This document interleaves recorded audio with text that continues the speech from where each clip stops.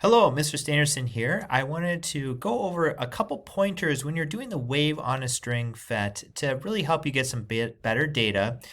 You're basically going to be testing a couple different things about how does frequency, amplitude, and tension, how does that affect the motion of a wave through a medium, and on also that speed, like how fast is the wave traveling through that material. In this case, the material is this bead, so this string that's connected between 2 points. You want to make sure you have a fixed end point and also turn this to oscillate. That's going to set up some more controls on the bottom that allow you to adjust and take data with. One thing I'm going to encourage you to do is keep the amplitude fairly small, like somewhere between 0.25 and 0.75. We'll keep it at 0.5. And then also your range of frequencies. You want to make sure that range is fairly small to make sure your measurements are easier. Okay, so I'm going to start actually with like a 0.3 or 3.2 kind of frequency and turn your dampening all the way to none. For the first thing when you're testing the wave length and frequency, we'll be adjusting frequency but keeping everything else the same.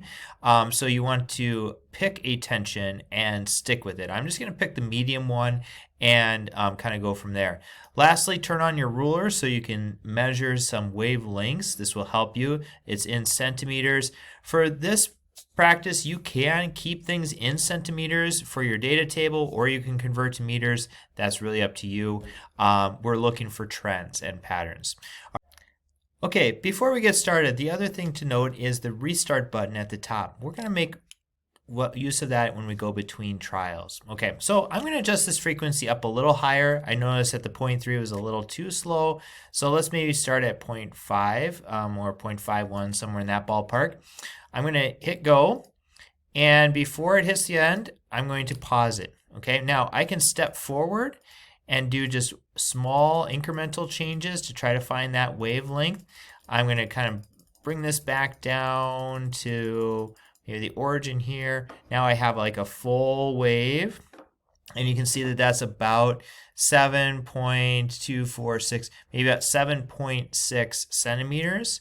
And I could use that as my wavelength at this frequency. Okay, so those are the things to kind of look for when you're doing this. We're going to adjust the frequency maybe up to like let's try 0.7, somewhere in that regard. Hit restart and hit go again, and pause before it gets to the bounce back spot so you can kind of see where that full wave would be. Here I'm going to get this to the origin again.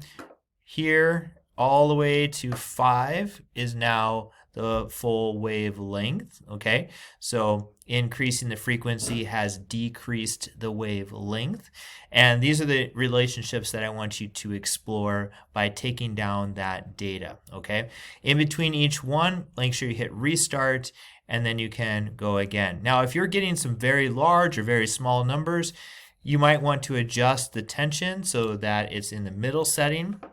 Make sure you're using a range of frequencies, not all the way to one end, not all the way to the other, but more kind of in the middle of the frequencies, and a reasonable amplitude. So you might have to play with that a little bit to get yourself some better data. Thanks, and have a great day.